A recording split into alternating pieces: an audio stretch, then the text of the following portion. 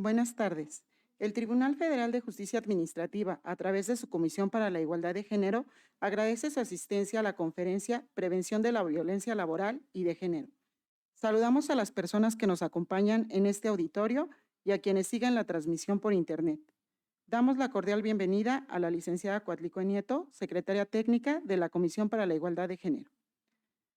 Antes de ceder el uso de la voz a la licenciada Cuatlicue Nieto, me permitiré leer sus semblanzas curricular. Licenciada en Derecho y Ciencias de la Comunicación por la UNAM, en donde también cursó la maestría de Derecho. Cuenta con más de 15 años de experiencia en la Administración Pública Federal, durante los cuales se ha desempeñado en el Consejo de la Judicatura Federal, la Comisión Reguladora de Energía y la Secretaría del Trabajo y Previsión Social.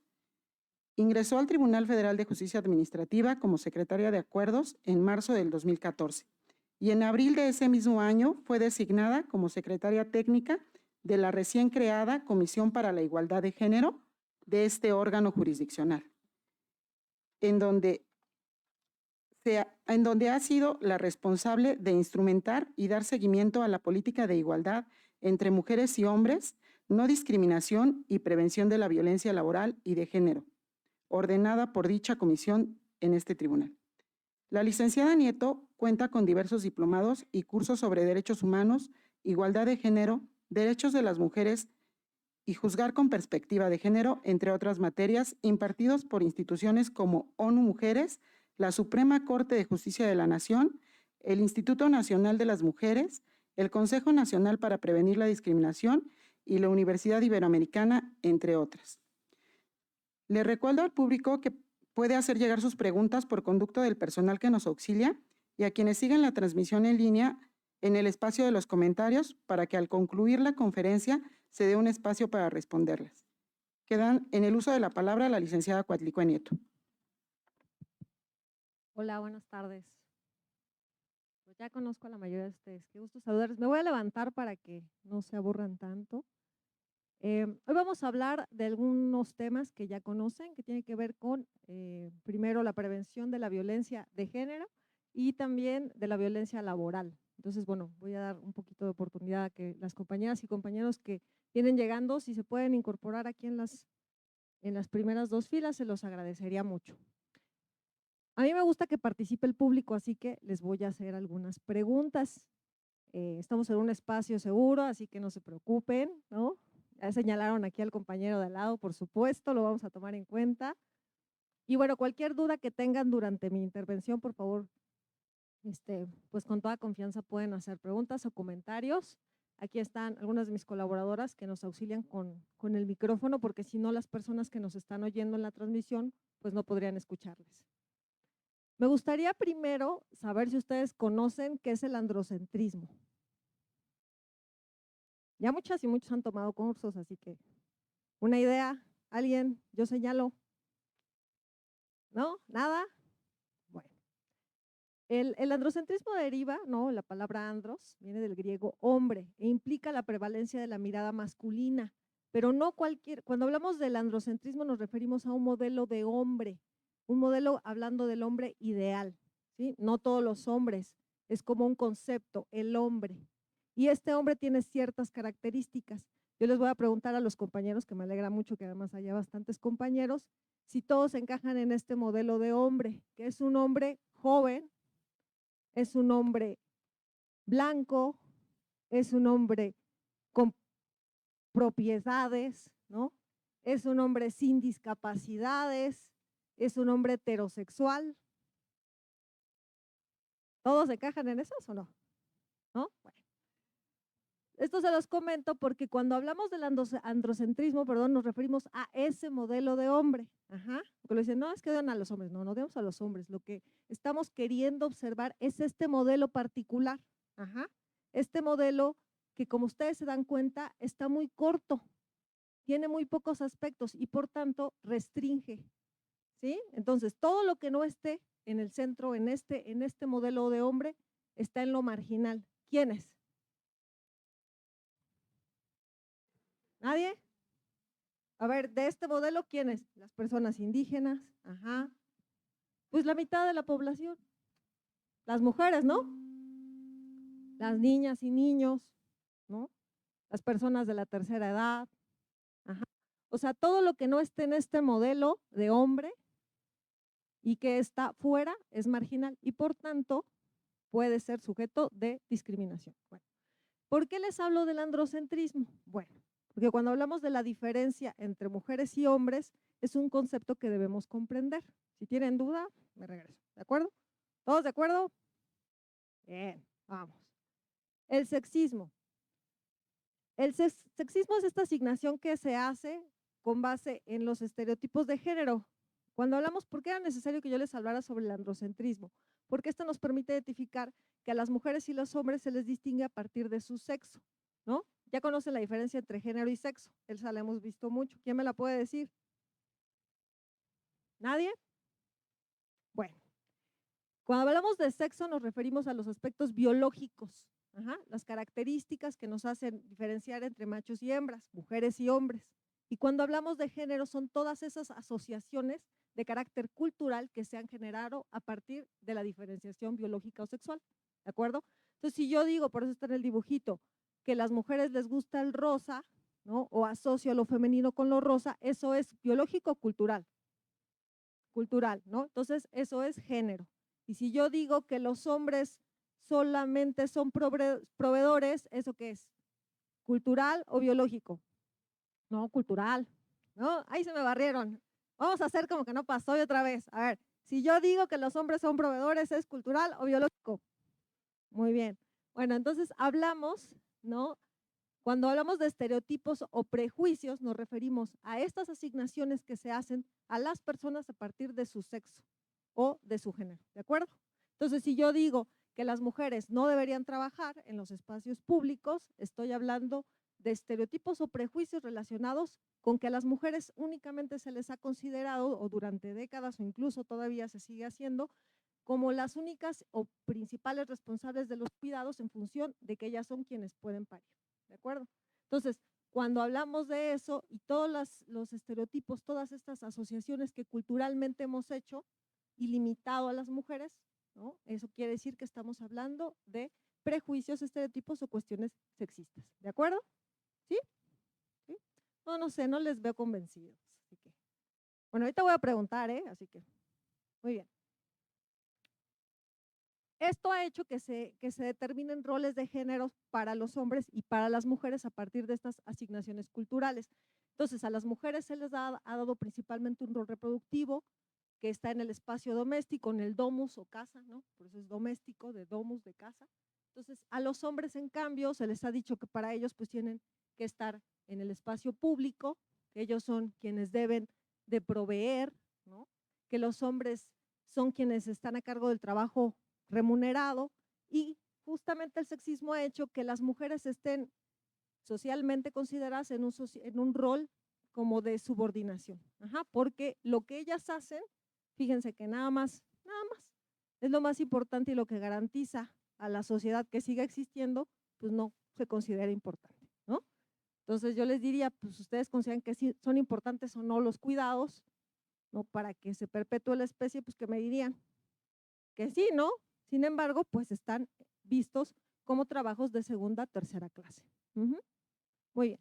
Bueno, les voy a preguntar, porque yo creo que se están durmiendo por ahí. Cuando hablamos de violencia de género, nos referimos a todos esos actos que generan algún tipo de discriminación o de maltrato a las personas a partir de su sexo o identidad de género. Hay unos muy comunes que ustedes pueden conocer. Si yo hago una asociación en el trabajo frecuentemente que se relaciona con los procesos biológicos de las mujeres, ¿no? Y utilizo estos procesos biológicos para poner en duda, ¿no? Su capacidad, estoy incurriendo en violencia de género. ¿Sí? ¿Se les ocurre algún ejemplo? ¿Conocen alguno? ¿No? Es que está en sus días. Ajá. ¿Sí? ¿Lo han escuchado o no? Ah, bueno. Ese, por ejemplo, es un ejemplo, ¿no? Ese es un ejemplo de violencia de género. O decirle, no, pues tú de qué te preocupas pues si tienes a tu marido. Ajá. Como cuando le dicen, no, pues tú para qué trabajas o tú y qué, ¿no? Eso también es un ejemplo de violencia de género, ¿de acuerdo? Bueno, entonces, el siguiente. Aquí les voy a poner unos ejemplos de los medios, de los medios, para que ustedes me ayuden a leer aquí unas notas y por ahí, ¿dónde está el micrófono? Porque me van a ayudar, yo dije. A ver, la compañera de aquí adelante, por favor, compañera, si nos pudieras leer el encabezado de esta nota. Messi, Higuaín y una mujer candidatos al mejor gol del año en Europa. ¿Qué notan? A la mujer le quitaron el nombre. Claro, compañera. Ajá, exacto, la mujer no importa. ¿Cómo se llama? Pues quién sabe, ¿no? Ese es el tipo de actos a los que nos referimos cuando hablamos de la invisibilización de las mujeres. Y luego dicen, ay, qué exageradas, ¿no? Pero eso nos alimenta todos los días esos prejuicios y estereotipos. Y a veces por eso no los podemos identificar, porque todos los días los medios nos están, digamos que reforzando estas situaciones que son contrarias a los derechos de las mujeres. Aquí hay una compañera, por favor, si le pasan el micrófono.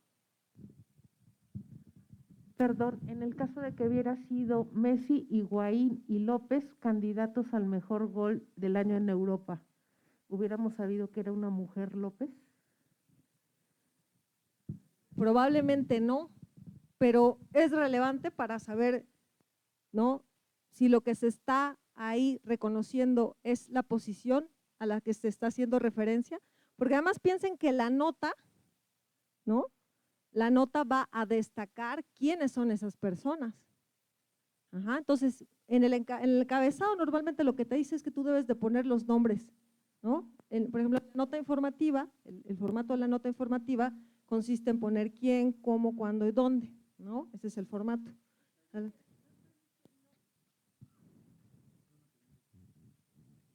Perdón, lo estoy viendo desde el punto de vista periodístico a lo mejor. No estoy diciendo que esté bien o mal, nada más estoy diciendo que por cuestión de igualdad hubiera sido Messi, Higuaín y López. Así es, no, totalmente. Así es.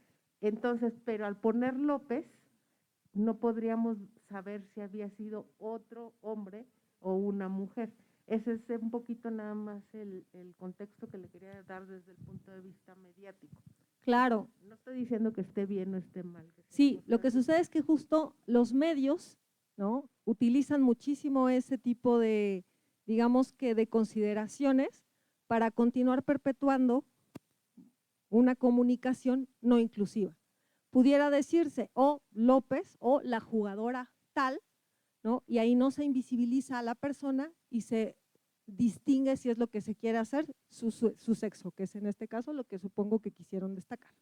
¿De acuerdo, compañera? Pero es que aparte del nombre, la foto no la ponen, solo está la foto de Messi y de Higuaín, entonces ahí creo que es doble. A lo mejor poniendo, como dice la compañera, López y las 3 fotos de cuando anotan el gol, pues no hay necesidad de poner si era mujer o no, pero también falta la foto. Claro, recuerden que todo cuando hablamos de este tipo de notas, tiene que comunicar, ¿no? Y entonces, como dice la compañera, cuando analizamos, y eso es muy importante para las personas que tienen que realizar acciones responsables, para las personas que resuelven asuntos, o que tienen que analizar casos con perspectiva de género, tienen que identificar que haya proporcionalidad, ¿no?, que sea objetivo, o sea, hay una serie de elementos que tienen que identificar. Entonces aquí, pues, como dice la compañera, en primera instancia diríamos, no, pero no sabríamos que es una mujer. Sin embargo, hay otras formas en que pudo no haberse invisibilizado y sin embargo se hizo. Y ahí es donde entra nuestro análisis, tomando en cuenta todos estos elementos, ¿de acuerdo? Muy bien, muy buena la aportación de la compañera. Esta es otro que, si nos puede hacer favor, abrir por favor, nuestro compañero de aquí al ladito, si nos pudieras ayudar a leer lo que no está corregido. ¿No ves? Perdón, si no por acá. Investigaciones especulan que el decirle decir a su novio que estaba embarazada provocó que la asesinara. ¿Cómo ven? ¿Qué notan?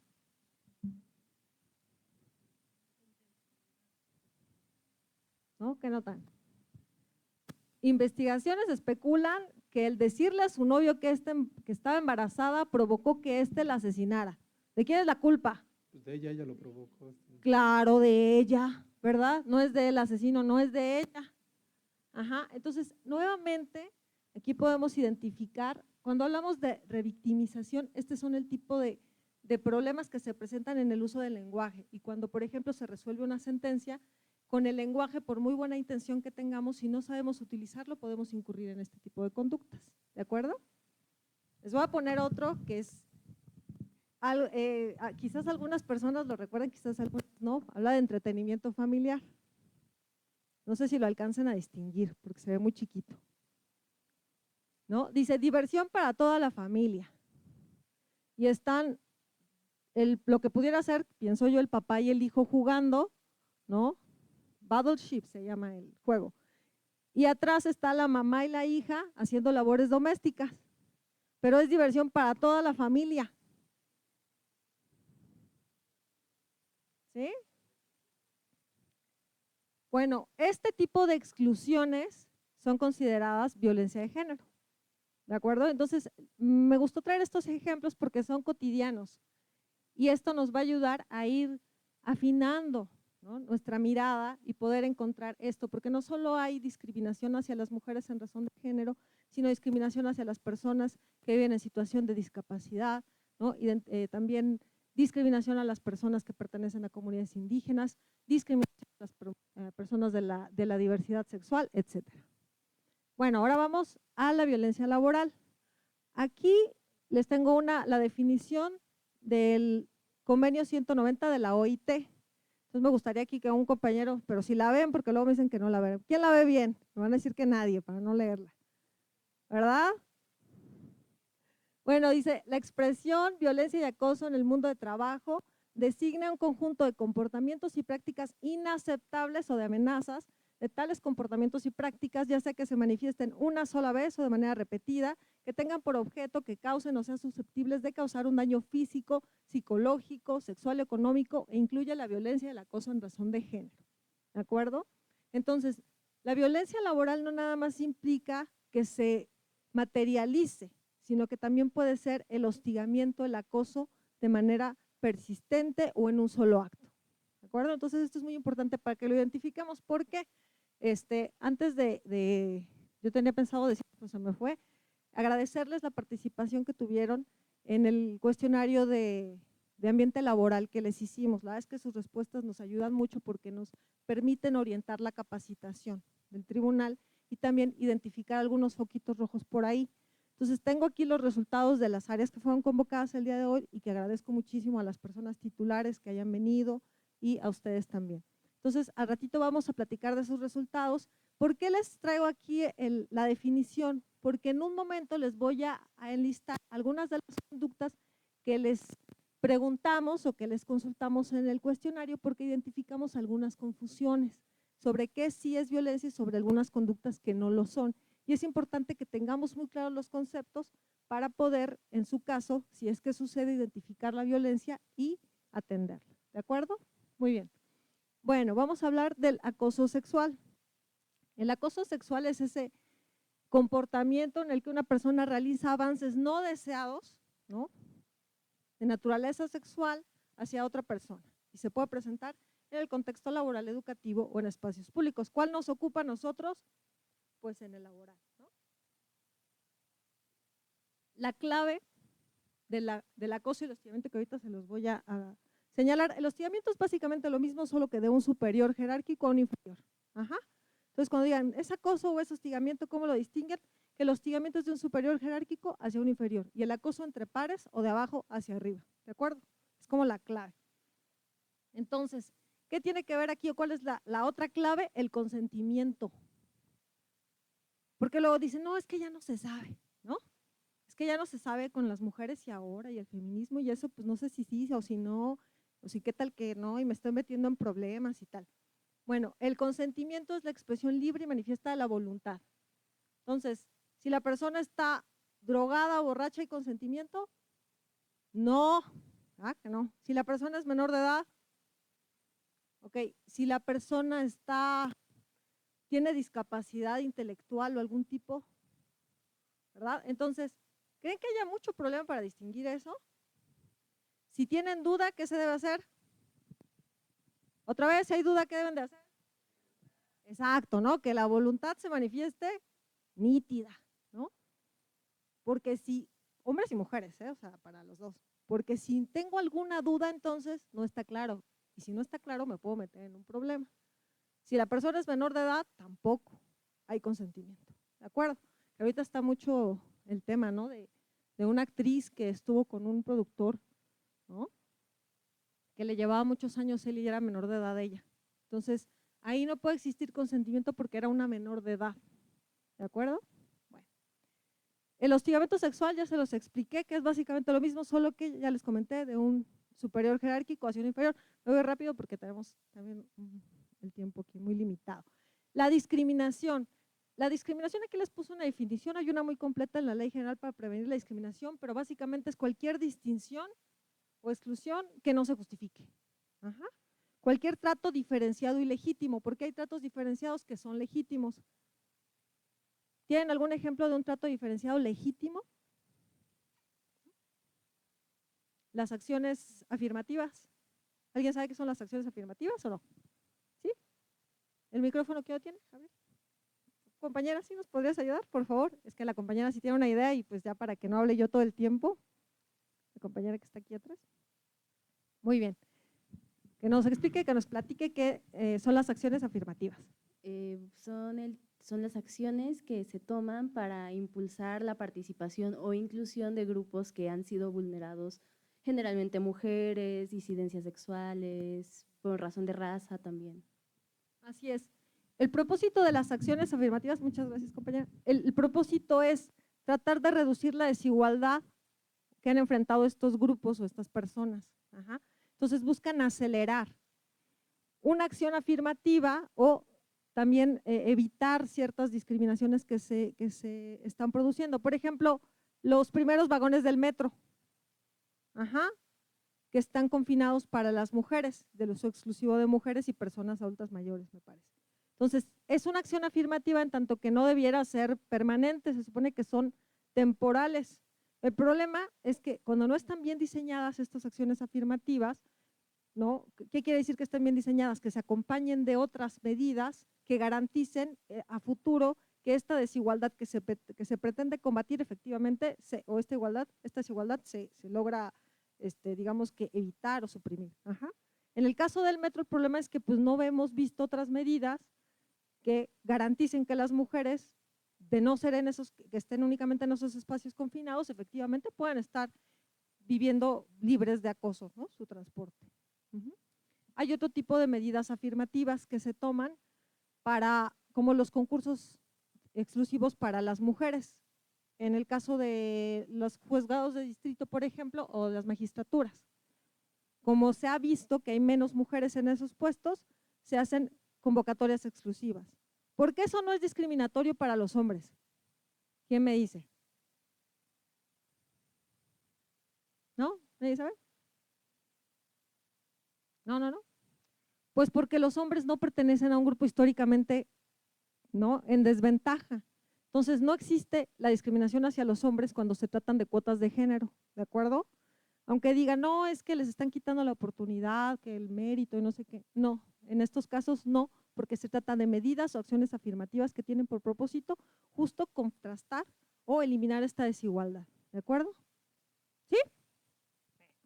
Bueno, entonces regresando a la discriminación se puede dar como este trato diferenciado y legítimo que no tiene justificación, que no es objetivo, que no es proporcional y puede presentarse, o una manera en que lo pueden identificar ustedes más fácil es a través de las categorías sospechosas que son las que están previstas en el artículo 1 constitucional y que aquí les ilustro, que puede ser salud, edad, diversidad sexual, embarazo, género, etcétera, ¿de acuerdo? ¿Qué tienen en común la violencia laboral, el acoso sexual, el hostigamiento sexual y la discriminación? ¿Qué creen ustedes?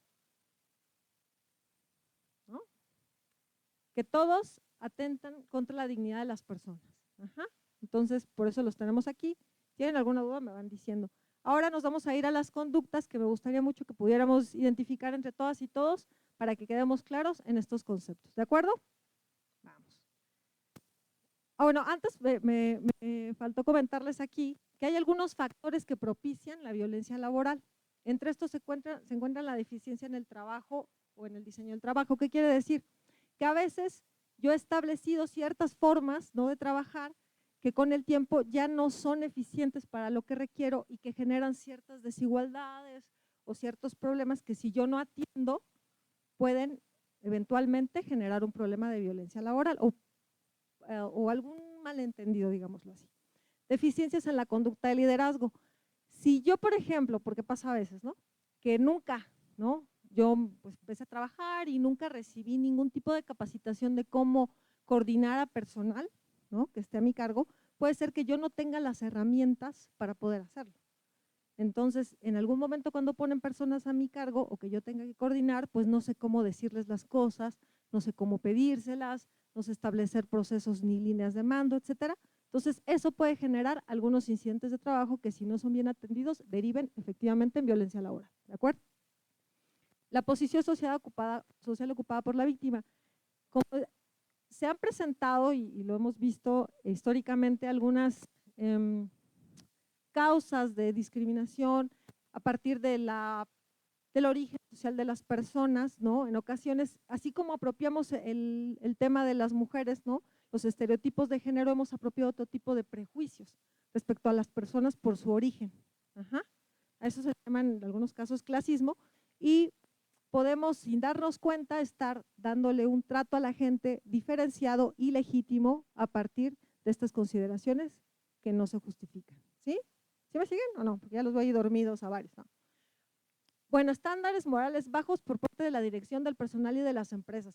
Yo les he comentado en otras charlas que he tenido la oportunidad de dar que durante mucho tiempo hubo, por la misma forma en que estaba la sociedad mexicana, muy jerarquizada, ¿no?, con esta forma muy autoritaria de ser, con 70 años del gobierno, etcétera, en el que las formas de ejercer el poder o la autoridad se hicieron jerárquicas y se determinaron de estas formas lineales, impositivas, en las que a las personas no se les daba el trato digno, ¿no?, sino que se entendía que ejercer un cargo estaba relacionado con ejercer la autoridad de esta forma como muy dominante. Y así la gente se fue formando y muchos de nosotros así también nos formamos, ¿no? Y apenas ahora, a partir de que se entienden o se habla más de los derechos humanos, nos damos cuenta de que no necesariamente es así y que hay otras formas de coordinar a la gente, que son otras formas que no solamente generan bienestar entre el personal, sino que aumentan la productividad, ¿no?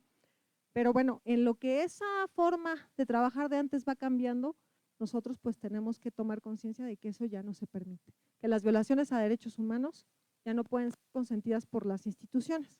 Entonces, parte de esta charla tiene que ver con eso, con buscar cambiar esta ética de trabajo que algunas personas mal aprendimos. Muy bien. Bueno, entonces, si en una institución se permite que la gente sea maltratada, ¿no?, por eso habla de morales bajos, ¿no?, de estándares de moral bajo, entonces, pues yo no voy a ver maltratar mal a mi compañero, ¿no? ¿Por qué? Pues porque está muy permitido. Sin embargo, las instituciones tienen que establecer mecanismos para que eso no suceda. Está la política de igualdad. Bueno, si no la conocen, ahí les invito a que conozcan un cuestionario que tenemos, ¿no?, para que puedan saber qué tanto está a su nivel, qué también está a su nivel de conocimiento de la política de igualdad del tribunal, que además es obligatoria para todos y todas. Y se supone que cuando entraron a trabajar, y hace unos años para los que ya estaban trabajando aquí, ¿no?, firmaron una carta en donde decían que la conocían. Entonces, pues se supone que la conocen. Muy bien. ¿Cuáles son las consecuencias? ¿No? Dicen, no, también del código de ética, ¿verdad? Se supone que lo conocen, ¿no? Porque firmaron. Ah, bueno. Entonces, aquí hay algunas consecuencias. ¿Qué pasa cuando estamos en un ambiente, en un centro de trabajo donde hay violencia laboral? Y es importante decir o distinguir entre la violencia laboral y de género, porque puede haber violencia laboral que sea violencia de género. Ajá. ¿Sí o no? Porque creo que nada más me dan un poco la… Bueno, ¿qué puede generarse? Depresión, ¿no? Puede generarse disminución de la producción, angustia, sentimientos de humillación en la gente, algunos problemas también de salud, ¿no? Psicológicos, etcétera. Pero nos vamos a lo bueno y vamos a practicar. Así que aquí les voy a pedir que así como en la primaria, todos, lo digamos de una en una para no evidenciar, porque antes pasaba yo aquí a algunas personas, pero luego como que les daba pena porque se equivocaban. Entonces así si nos equivocamos ya entre el murmullo no se oye y ya nos hacemos así, ¿no? A ver, la primera, ustedes yo les voy a preguntar si sí es violencia o no es violencia y ustedes me van a contestar, ¿sí? ¿Sí o no? Muy bien. La descalificación humillante sobre propuestas u opiniones de trabajo. Sí. La solicitud de cumplir deberes adicionales de colaboración cuando sea necesario para la continuidad del servicio o para solucionar situaciones difíciles en la operación y servicios que ofrece el tribunal. No, exacto. Bromas y chistes sobre las mujeres relacionados con procesos biológicos como el embarazo o la menstruación. Sí. Realizar evaluaciones periódicas a su desempeño. No, no es. Ahorita les voy a dar algunos resultados donde piensan que sí, pero no. Hacer preguntas sobre la vida sexual de las personas. Sí, muy bien. Actos razonables dirigidos al buen y normal funcionamiento del trabajo en el tribunal. No. La formulación de exigencias para protección de la confidencialidad en los servicios a los que se dedica el área o de lealtad al tribunal. No más fuerte, así convencidos. No se oye. A ver, falta o deficientes canales adecuados para comunicar preocupaciones o propuestas relacionadas con el trabajo, sus compañeras y compañeros del área. A ver, ¿quién da más? ¿Sí o no? Ah, bueno, esta es capciosa. Y aquí vamos a aplicar la que todos los abogados aplicamos. ¿Se la saben o no? Depende. ¿Ah? Eso no es depende del caso concreto. ¿Ah? Si siempre decimos así. Bueno, aquí depende. Porque, como les comentaba hace un momento, a veces en nuestra formación no aprendimos ciertas habilidades de comunicación. Todas y todos, ¿eh? O sea, no nada más las personas que coordinan equipos de trabajo. Nosotras, los que estamos, digamos, en puestos no de mando, también podemos tener algunas deficiencias en nuestra, digamos que, capacitación o profesionalización respecto a la comunicación. El tema y lo importante es que sepan que la comunicación no admite vacíos. No existen vacíos de comunicación, no hay. Cuando en una institución o en una organización se puede presentar algún tipo de vacío, esto se va a llenar con comunicación no formal. Ajá. Y aquí todos van a saber esta respuesta. ¿Cuál es la comunicación no formal por excelencia en el tribunal? Radio pasillo, exacto, ¿no? Entonces, las organizaciones son responsables de establecer claros canales de comunicación para que no haya ambigüedades, para que no haya duda y para que esos vacíos no se llenen con información que no es la formal, digamos, ¿no? ¿Por qué? Porque se presta especulación y a veces las personas reaccionan ante la especulación de una forma negativa. Si me cambian de área, ¿no? O me cambian de lugar, porque incluso tal vez porque me vieron más aptitudes o me vieron muy buena productividad y me quieren dar la oportunidad, pero no me lo dicen. O mi jefa se lo dicen, o se lo dicen y él, sí, pero yo no sé. Yo pienso que hice algo mal. Y yo pienso que no me quieren. Y yo pienso que, y si alguien por ahí dijo, uy, no, eso le hicieron a perenganita. ¿Sí? Peor. Entonces ya se me baja la presión. Y empiezo a decir, no, con razón me veía mal. Yo me acuerdo, ¿no? Y luego ya, no, es que yo sé que me veía mal. Y estoy segura que esa vez tropezamos fue a propósito. ¿Sí me explicó? O sea, se comienza a generar una distorsión. Por eso es importante que la comunicación sea lo más eficiente posible, lo más clara y que siempre atienda a canales formales, ¿de acuerdo? Entonces, todas las personas, y eso lo vamos a comentar en un ratito, tenemos también que ser responsables, ¿no? Y si tenemos alguna duda, preguntar, ¿no? Antes de especular, antes de atender a radio pasillo, a la compañero. ¿Por qué? Porque a veces, frente a esta información, ¿no? Que no es la formal, pueden tomarse decisiones que no son las ideales para nosotras, ¿de acuerdo?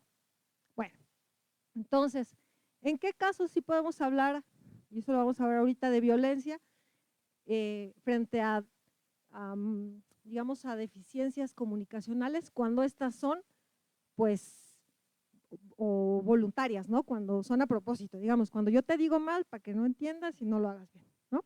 Pero si no es así, debemos de comprender que también puede haber casos en que las personas no tengan esas herramientas, ¿de acuerdo? Muy bien. A ver, dificultad para expresar instrucciones a un subalterno. Es lo mismo, ¿verdad? Estamos ante esta situación. Puede ser una deficiencia. Lo que sí es cierto, y eso lo hemos platicado con otras áreas, es que si yo identifico que tengo dificultades para comunicarme, pues ¿qué sería lo propio, lo apropiado para hacer? Pues que la subsane, ¿no? Entonces, si yo ya identifique que de plano me cuesta mucho trabajo, no sé cómo comunicarme con mis compañeras, compañeros, pues tengo que buscar alguna forma de mejorar, ¿no? Para evitar esos malentendidos, ¿de acuerdo? ¿Sí o no? Eso. Muy bien. Comentarios inapropiados sobre la apariencia de las personas. ¿Eso no violencia? Sí, sí es violencia. Ahora, recuerden muy bien que durante muchos años a las mujeres, ¿no? O como lo vimos ahorita, se les responsabiliza por ser víctimas de violencia. Entonces, cuando decimos, es que la compañera viste de tal o cual forma, ¿no? Estamos incurriendo en estas conductas. Cuando decimos, es que ella se lo buscó porque llega muy escotada, no, estamos nuevamente culpabilizando a las víctimas, ¿de acuerdo? Entonces, adelante compañero, el micrófono por favor para aquí el compañero.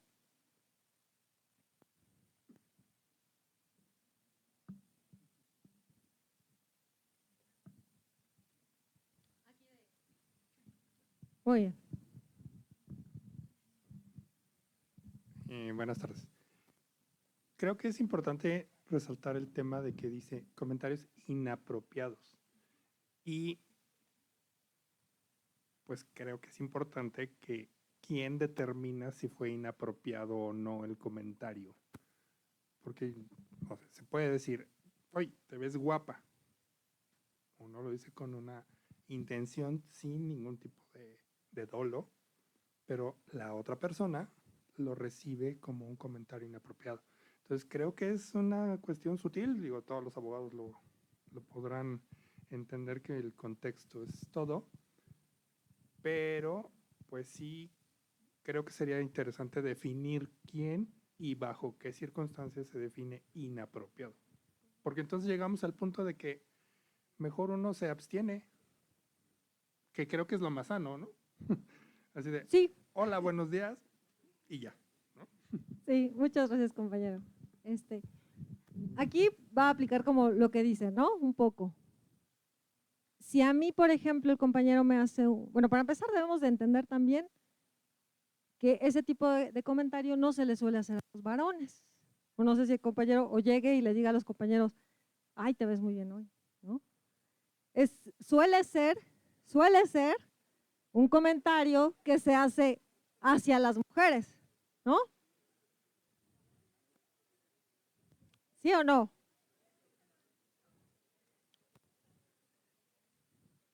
Bueno, sobre ese tipo de comentarios subyace la idea de que las mujeres tienen que ser aprobadas. Entonces, el tema aquí está en que a las mujeres se les hace ese comentario porque pareciera que constantemente las personas tienen derecho a expresarse sobre su apariencia, sin su consentimiento y sin que lo soliciten. ¿De acuerdo? Es como cuando van las mujeres en la calle, ¿no? Que llevan el acoso callejero. Ay, pero ¿qué tiene de malo que les digan? A algunas les gusta. Bueno, a las que les gusta, que bueno, pero nadie tiene el derecho, mientras yo transito en un lugar público, a hacer un comentario no solicitado respecto a mi cuerpo. ¿De acuerdo? Y eso sucede también en las instituciones. Entonces, ¿por qué más bien ahí yo les cambiaría la pregunta? ¿Por qué nos sentimos con el derecho de decirle a la compañera o al compañero, más a las compañeras, qué guapa o qué guapo te ves hoy? ¿Por qué? Es una necesidad irrefrenable, así de no, es que, o sea, no puedo no decírtelo, o sea, de verdad, wow. Ajá. O sea, esa corbata, ¿no? Entonces, aquí, cuando hablamos, por ejemplo, que me decía que es inadecuado, hemos socializado, hemos normalizado comportamientos que son de dominación. En este caso, esos son comportamientos de dominación hacia las mujeres. y los hemos normalizado y se han socializado de tal manera que ya no lo vemos mal. Al contrario, algunos he escuchado que dicen, ay, debería de agradecerme, mírala nada más, ¿no? ¿Sí? Ese tipo de cosas, por ejemplo, ¿no? También, ahorita, también tienen este contexto donde nos hemos acostumbrado a manifestarnos sobre el cuerpo de las personas sin su consentimiento y pensando qué derecho tenemos para hacerlo. Compañera. Pregunta, ¿cuando se hace de mujer a mujer? ¿Es un asunto de dominación también o cómo se percibe o tampoco está bien visto decirle a una mujer qué bien te ves hoy? O una amiga o compañera de trabajo, oye, te quedó perfecto el vestido, o sea, ¿tampoco? Es que justo ahí tienen que verse varias cosas, ¿no? La primera, cuando hablamos del tema de dominación, hablamos de hombres a mujeres, pues porque la relación de dominación, cuando hablamos del androcentrismo y del patriarcado, como ahora ya no lo expliqué bien, pero tiene que ver con mujeres y hombres, ¿no? Y esta relación de subordinación que existe históricamente. Cuando se hace entre mujeres, digamos que no existe esta relación de desigualdad, desequilibrio. Yo lo que diría más bien es que si hay una relación de confianza, ¿no? Por ejemplo, que yo me lleve muy bien con mi jefa y yo siento que puedo hacer ese tipo de comentarios sin que sea mal visto, pues adelante, tenemos que aprender a comunicarnos, ¿no? Pero sí, también debo de pensarlo, si yo conozco a una persona recién y digamos, ¿no? Yo acabo de dirigir a un área, estoy llegando a dirigir un área y le hago un comentario a una persona sobre su apariencia, pues yo no sé cómo lo vaya a tomar. Y puedo decir, yo soy mujer.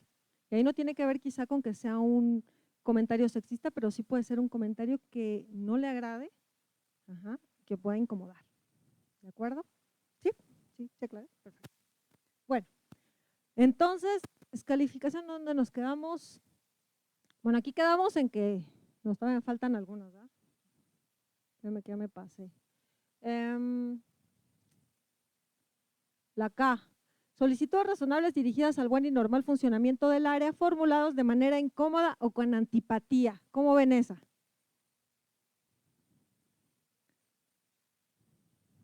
¿Cómo ven? Si es, no es, o hablamos de habilidades de comunicación. O depende, ¿no? Ahí está. Tiene que ver lo que les decía hace un momento, si existe la intencionalidad, ¿no? De comunicar mal, pues ahí puedo estar hablando que existe violencia o una intención de incurrir en algún acto indebido, ¿no? Pero si de plano es que yo me sentar a entender, pues tal vez, ¿qué nos va a servir para identificar estos casos? Hay que hacer un análisis de la conducta objetivamente hablando, ¿de acuerdo? O sea, ¿qué es lo que sucedió? Si es proporcional, si es oportuna, si la respuesta que se dio se relaciona con la intención, ¿sí me explico? O sea, hay que, no sé si tengamos algún ejemplo. Si me dice, es que me dijo que hiciera un informe del 2021 y en realidad era del 2022, ¿no? Ahí tendría yo que pensar, bueno, sí se pudo haber equivocado intencionalmente o pues efectivamente quizás ella pensaba que era del 2022, ¿me explico? O sea, hay que ver cuál es el contexto de cada situación. Pero bueno, en este caso tendríamos que establecer de qué se trata la conducta para identificarlo. O sea, no es un sí o un no identificado así como a bote pronto, digámoslo así. ¿De acuerdo? Bromas sobre la apariencia de las personas o su orientación sexual. ¿Qué opinan? Sí, ¿verdad? Ya vimos. Salud. Descalificación del trabajo de las mujeres a partir de estereotipos de género. Sí. A ver, repitan, sí. Bueno, porque les voy a dar unas cifras, para que no vean que yo invento aquí. No voy a decir qué áreas, ¿no? Pero en algunas áreas se considera que las bromas o chistes sobre los procesos de las mujeres biológicos, como la menstruación, no es en una, 10 personas dijeron que no eran, en otra 17, en otra 27, en otra 7, en otra 15 y en otra 25. Ajá. A la de las bromas o chistes sobre los procesos de las bromas o chistes sobre las mujeres a partir de procesos biológicos como el embarazo o la menstruación, si son o no violencia, nos dijeron que no en una sala, en un área 10, en otra 17, en otra 27, en otra 7, en otra 25, sin otra 15. Digo, es que puede existir confusión, por eso justo hicimos esta plática para poder, pues en la medida de lo posible, reducir este tipo de confusiones, ¿de acuerdo? Ahora, incidentes laborales. Hay episodios o situaciones que se presentan en los trabajos, en los centros de trabajo, en las instituciones que no son violencia laboral, digamos como malos entendidos o algunas diferencias leves, ¿no? Y estas formas no son o no constituyen violencia laboral, ¿de acuerdo? Entonces, sin embargo, deben de advertirnos o presentarse como un foquito rojo o una oportunidad para nosotros para resolverlo y no permitir que en el futuro pueda darse un incidente de violencia laboral, ¿de acuerdo? Allá atrás del lado derecho, ¿de acuerdo? Están dormidos, bueno, están más lejos. Entonces, la importancia de los incidentes laborales o de identificarlos es esa, ¿no? Que si no los resolvemos de la mejor manera, un ejemplo que hace un tiempo nos surgió de las solicitudes que luego llegan a la comisión, se discutieron 2 trabajadoras, tuvieron una diferencia por ahí. Y entonces fueron con su titular y el titular le dijo a una, ay, ya, o sea, lo vamos a resolver de esta forma, pero la persona sintió que no se le escuchó, que le dio lugar a la otra. ¿Me explico? Y entonces esa insatisfacción generó que se hicieran 2 bandos en el área, ¿sí? Y que después se comenzaran a presentar otro tipo de situaciones a partir de que el titular pudo, ¿no? Quizás dar otra respuesta o quizá al menos garantizar que la persona se sintiera escuchada, ¿de acuerdo? Entonces, por eso les decía que es muy importante, porque a veces no resolvemos adecuadamente, ¿no? Puede ser o puede iniciar un problema que después va a ser pues algún conflicto laboral. Bueno, entonces, aquí les puse algunos ejemplos: diferencias o desacuerdos leves, malos entendidos o formas no idóneas para solicitar información o dar instrucciones. Ya hablamos de los problemas de comunicación. ¿Qué hacer? Aquí ya es la parte práctica. Pues bueno, primero respetar a todas las personas, ¿no? Colaborar para contar con un entorno organizacional favorable y prevenir conductas de violencia laboral. Y aquí viene la participación de todas y todos ustedes, observar el código de ética o de conducta de la organización y la política de igualdad y no discriminación. Y como todas y todos ustedes firmaron una carta donde dicen que ya se lo saben, ¿qué creen? Que les voy a preguntar, pero les voy a poner aquí un acordeón. Bueno, ¿conocen? A ver, ¿conocen los principios del código de ética? Aquí están, compañeras, compañeros. No me hagan quedar mal. A ver, independencia jurisdiccional. A ver, todos en coro. Imparcialidad, objetividad, profesionalismo, motivación y fundamentación, vocación de servicio, responsabilidad en el uso de elementos materiales, lealtad y compromiso. Se supone que se lo saben, ¿no? ¿Sí o no? No, bueno. De aquí yo quise destacar unos elementos porque son los que se relacionan con la charla que les estoy dando el día de hoy. En profesionalismo, en el numeral 7.1 dice que, o sea, cuando nosotros nos comprometemos, cuando firmamos esta carta, decimos que nos vamos a abstener de realizar cualquier acto que pueda mermar con la responsabilidad del cargo, tanto en el ámbito público como en el privado. Entonces volvemos a respetar a las personas.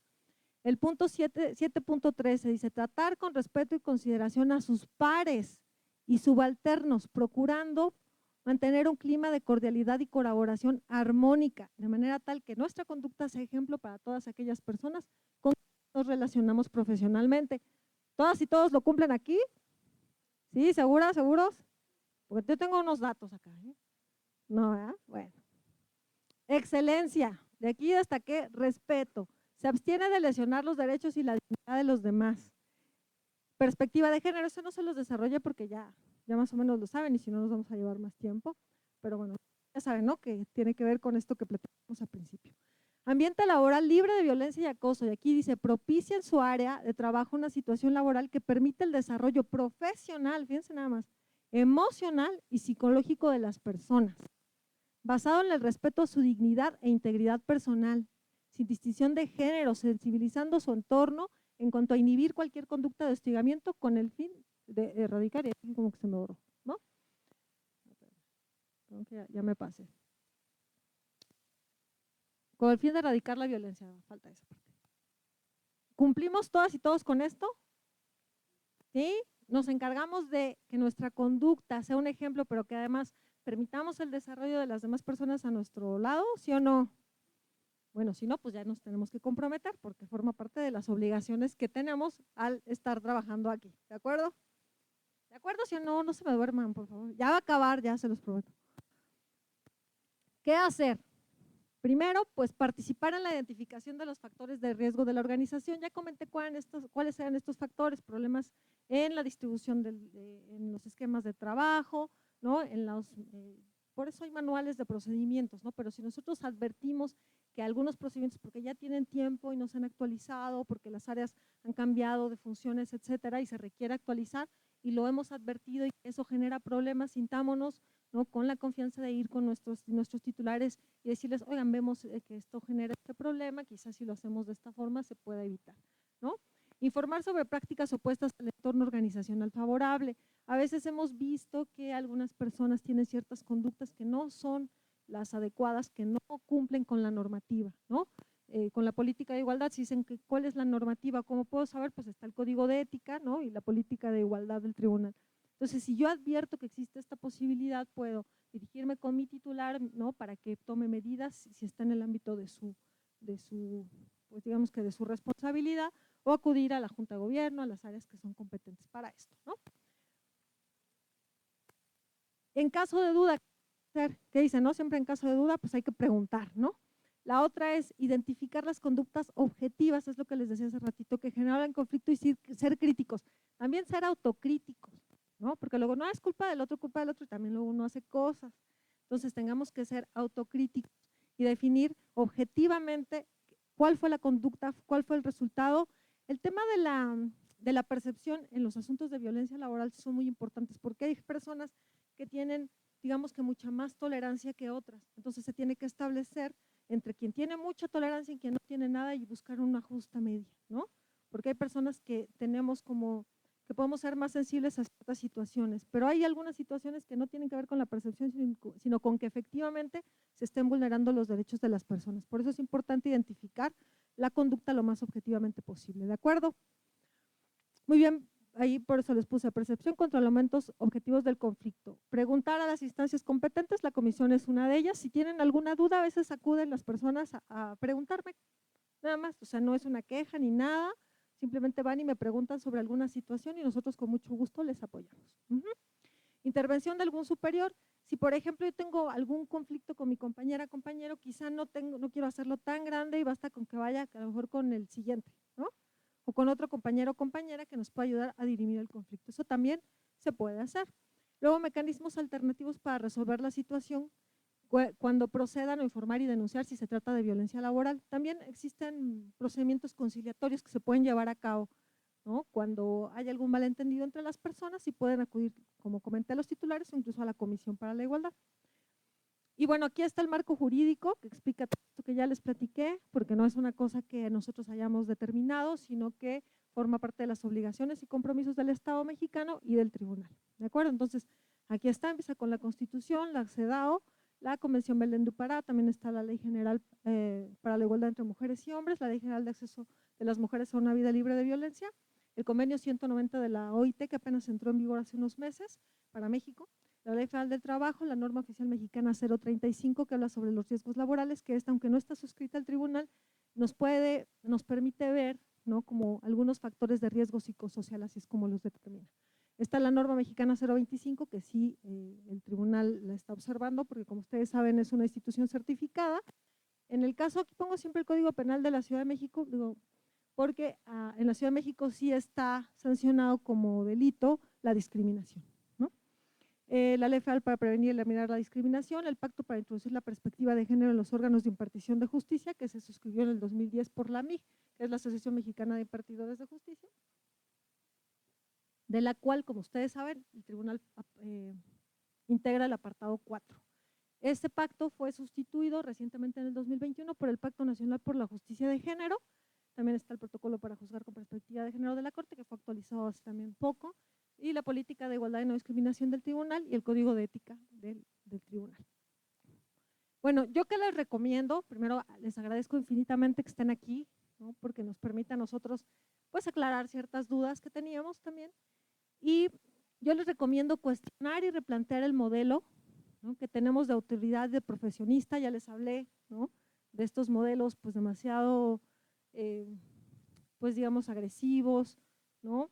Y pues optar por algunas otras habilidades, ¿no? Que nos permitan acercarnos más a la gente y pues promover ambientes laborales libres de violencia. Bueno, ahí ya les puse mi recomendación, pues ya no la repito, pues porque ahí está, ¿verdad? Muchas gracias y no sé si tengan alguna duda, por supuesto que sírvanse a formularla. Gracias.